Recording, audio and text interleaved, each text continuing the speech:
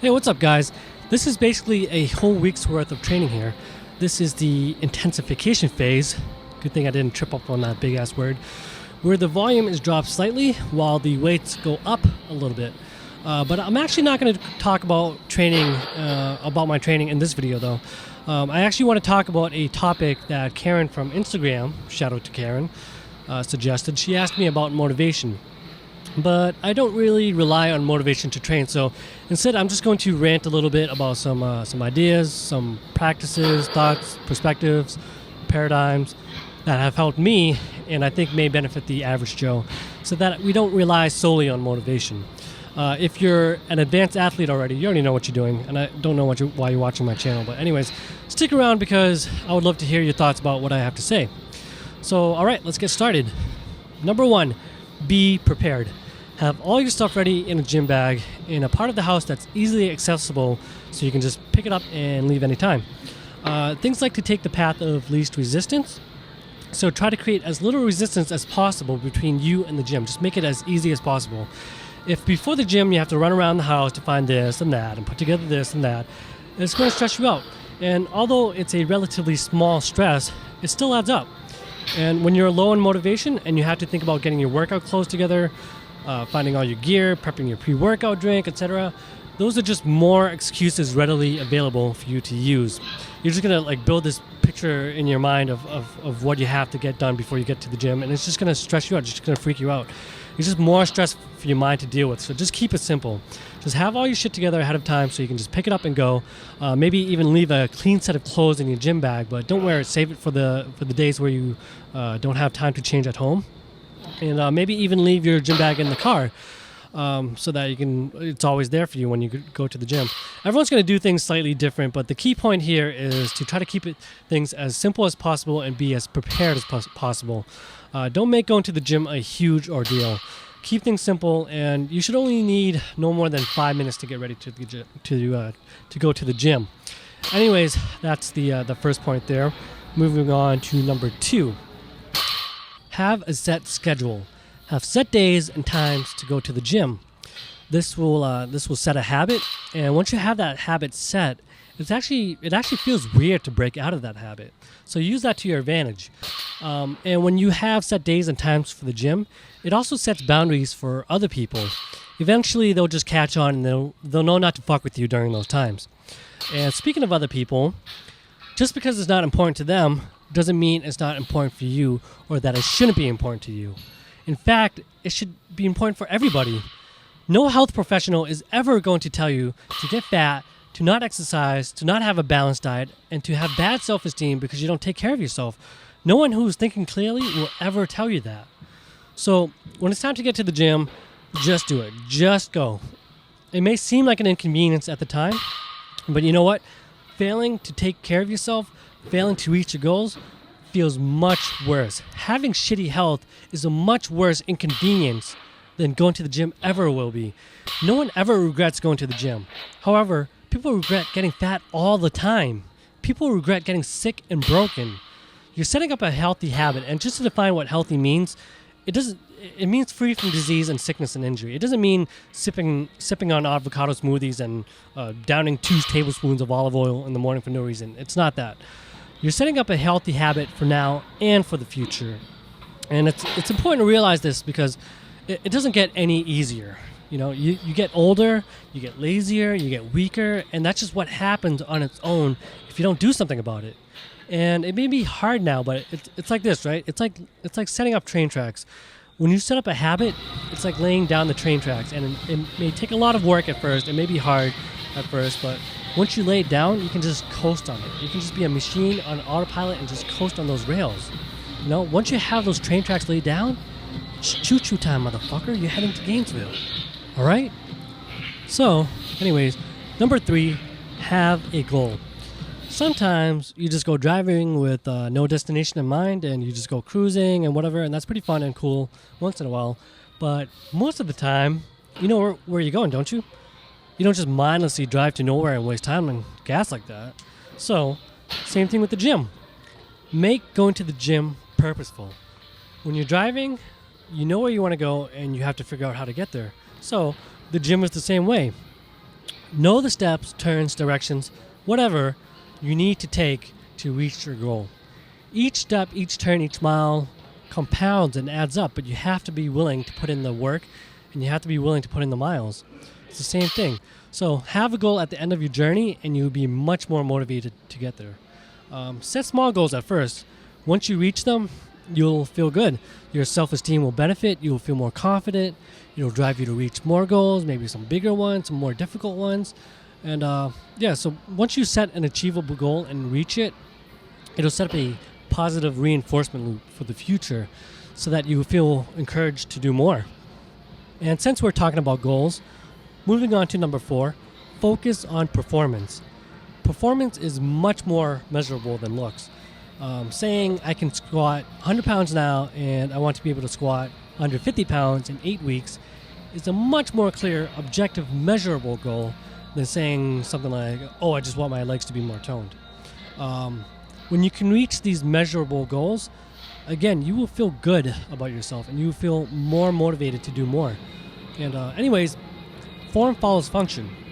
You have to increase your performance if you want your body to change. Athletes look the way they do because their bodies had to adapt to the demands of their training.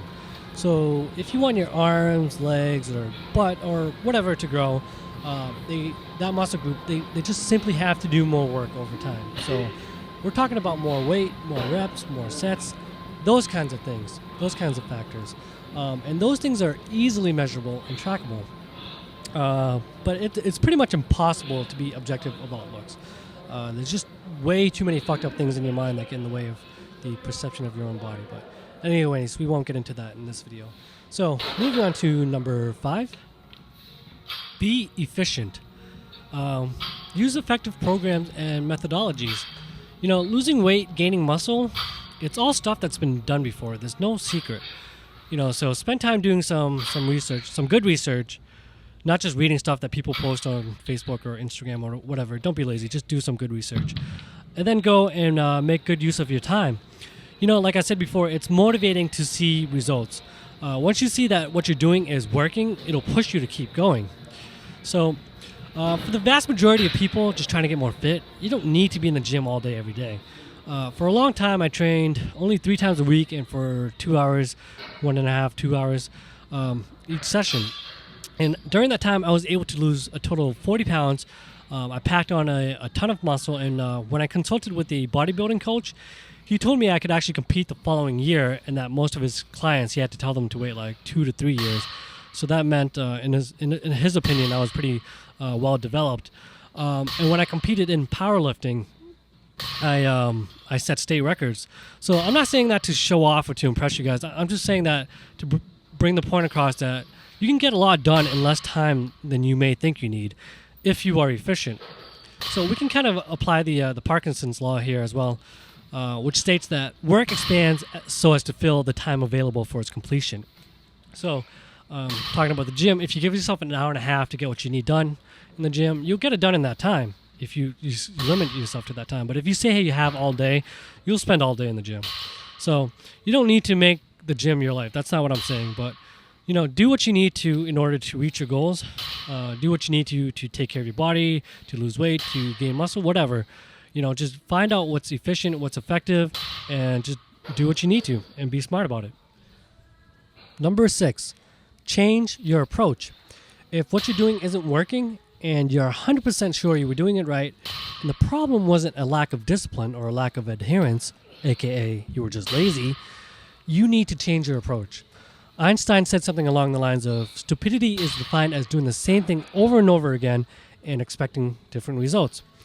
So of course it's going to feel weird, it's going to feel uncomfortable to do something different, but obviously what's pretty clear is that what you were doing before wasn't working. So in that case, you need to change your approach. But in changing your approach, remember, it's all been done before. Don't go off and do something crazy and wonky and extreme. We're all humans, and although we have our own individual preferences, we all basically function in the same way, in the same manner. AKA, if you want bigger muscles, get them stronger, get them to do more work, more volume. If you want to lose more weight, you have to be in a caloric deficit. If you want to gain weight, you have to be in a caloric surplus. You're not some alien hybrid freak from another dimension that can break the rules.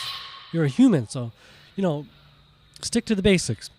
Do what you need to accomplish those goals, aka caloric deficit, but, use whatever means that will fit your preferences and lifestyle. So, for example, going back to the caloric deficit, you can achieve that in so many ways. You can track your macros, you can skip some meals, you can fast, intermittent fasting, you can do portion control, whatever. But in the end, you still have to reach a caloric deficit to lose weight. But how you reach that caloric deficit is totally up to you. Just don't do anything crazy. Moving on to number 7. Don't make excuses. Excuses help you now. They feel good now and only for right now. But look at the bigger picture. In the end, what's going to help you more? Your excuses or your results? When you look back 2 years from now, are you going to think about that one time you made an excuse and how good that felt and how much that has helped you? Or would you rather look back at all the hard work you've done over the past 2 years and how much that has helped you? Which do you think is better for you in the long run? A phrase that I really like is, don't be upset by the results you didn't get from the work that you didn't do. Time is constantly slipping away, so if you need to get something done that's important, get it done now. Don't wait until tomorrow. Don't wait until next week. Don't wait till things get better, till things line up, your schedule frees up. If it's important, you need to get started now. Do something today that will help you in this endeavor. Anything else, waiting for tomorrow, waiting for next week, waiting for things to be perfect, anything else is a perfect recipe for procrastination. You just will never get it done. Just, again, do what it takes. And you may think this sounds too hardcore, too strict, whatever, this whole idea of losing weight or getting more fit, whatever.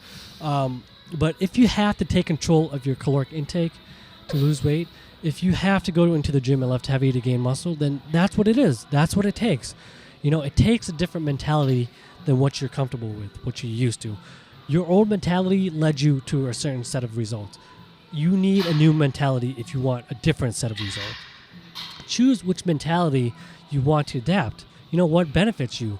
What does believing that you can't do something do for your self-esteem? What is believing that, this is too hard, this is too difficult, I'm just this way, I can't change anything? What does that do for your self-esteem? But what is actually going out and getting it done and just putting in the work and just grinding away day after day, what does that do for you? How much does that benefit your self-esteem to be able to actually accomplish something? Say that you would do something and actually get it done. What kind of relationship will you build with yourself if you can accomplish that? To choose which mentality you want to adapt. It's a choice. Quit being a victim. If you look hard enough, if you look around, there's always somebody else out there that can make the same excuses that you do, but still gets it done. So anyways, also your surroundings affect you. A friend of mine works for The Economist, and in 2010 they did a big study on obesity, and through her observations, she found that the reason people allow themselves to get so big is because it was acceptable in their community, in their social circle, because everybody else around them was big. So you have to be careful and see if the perceptions of your friends and family and coworkers, whatever, are helping you or hindering you. If they're all overweight and you want to lose some weight, I guarantee you there's going to be some tension there. Even if they love you and want the best for you, some people just don't deal well with change. And also, if they're on the same boat as you, if they're overweight like you, if they're skinny like you, and they see that you're just an average Joe, just like them, and you can't lose weight, you can't gain muscle, you can't get more fit or whatever, how do you think it'll make them feel about themselves? It can hurt, but sometimes their opinions are clouded by their own insecurities, and they might give you bad advice. They might give you advice that may not be beneficial to you. And that has nothing to do with you. It has something to do more with them. Oftentimes I'll hear, "Oh, you look fine already. Don't lose weight. Oh, you've already worked so hard. It's fine. You don't need to work on it anymore." And 9 out of 10 times, it's coming from somebody who's overweight. I remember one time when I was the most overweight I ever was. I was probably around 50 pounds overweight, and I felt like horrible shit, both physically and with my self-esteem. But one day at work, this lady, probably the most obese person there, came up to me and held up her finger, which was shaped like a fucking jumbo-sized sausage, and she told me I needed to eat more because I was thin like a stick. So what I'm trying to say is that people's perceptions may be off because they're of their own problems and their own insecurities, and this may include your loved ones and the ones closest to you. But don't let them make excuses for you, and don't make excuses for yourself, especially when it comes to weight and fitness. It's really hard for people to be objective. So people are just so sensitive about that topic. So do your research, decide what's best for you, and get it done. Anyways, that's all I have time for in this video, so I'll finish up this little rant in the next one. So that's it, guys. Thanks for watching, and remember to put your weights away.